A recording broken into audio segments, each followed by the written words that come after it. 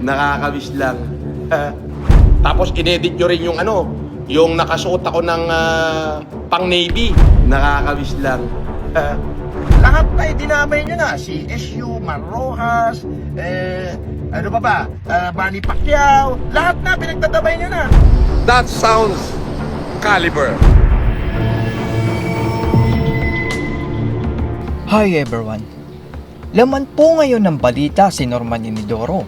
Ito ay dahil sa illegal niyang pagsusuot ng uniforme ng kapulisan upang magpasikat at magyabang.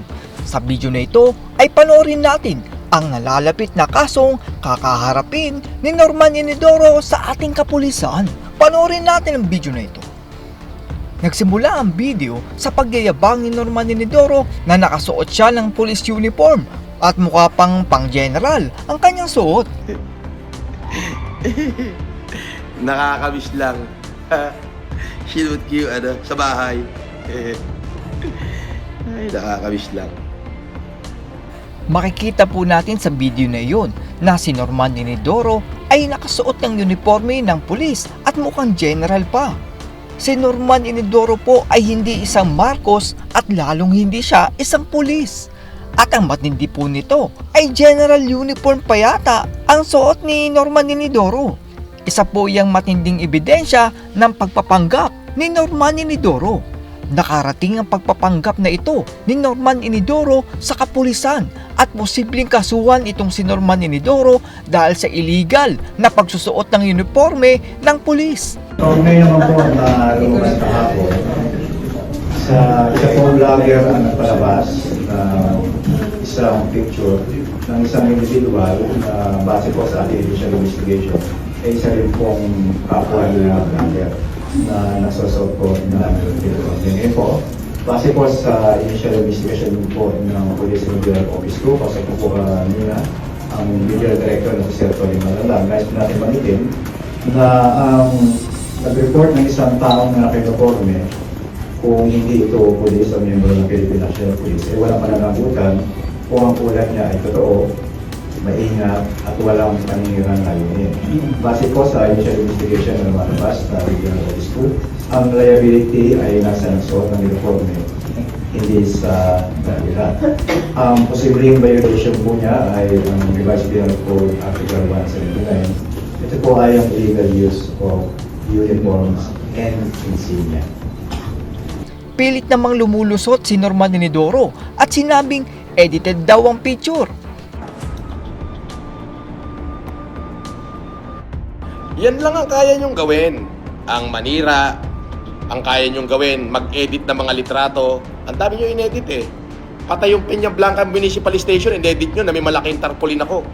Tapos inedit nyo rin yung yung nakasuot ako ng pang Navy.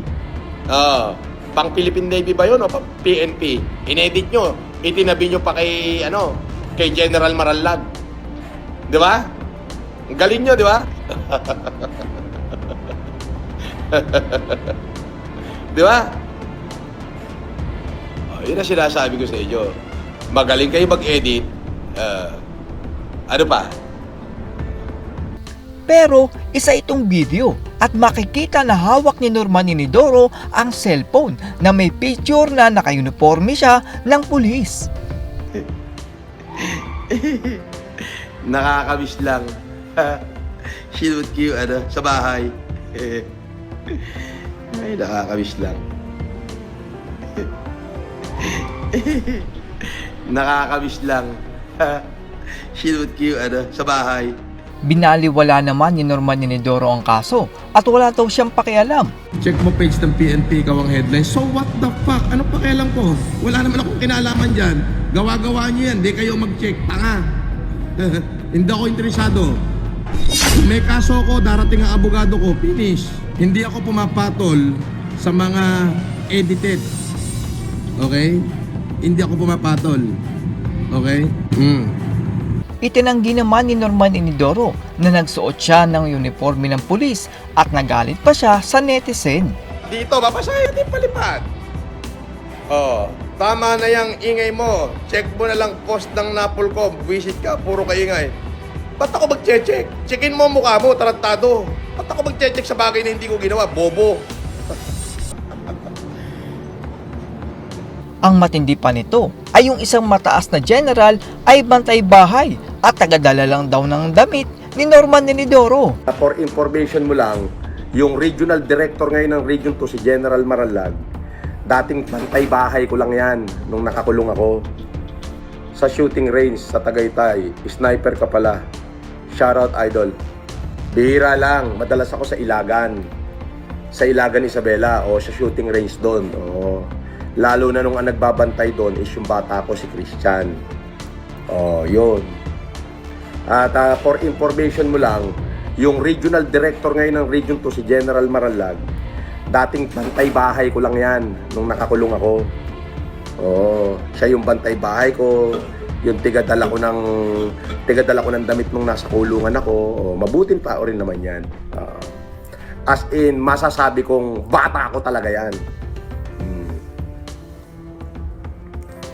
At dahil masasangkot ang isang general kay Norman Enidoro, ay nagsalita si Norman Enidoro laban sa general kung saan ay hinahamon pa niya ito ng suntukan.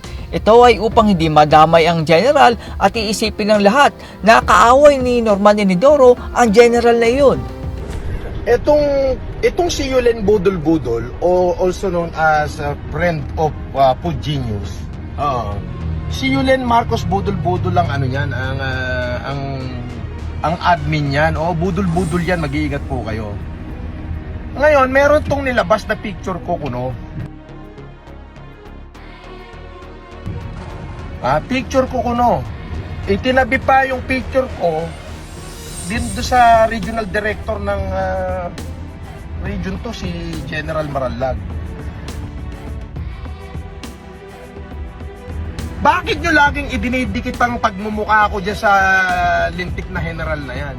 Putang ina, since 2023, kaaway ko na yan eh. Totoo, dati kaibigan ko, pero ngayon kaaway ko yan, tsaka wag nyo idinidikit ang pangalan ko dyan.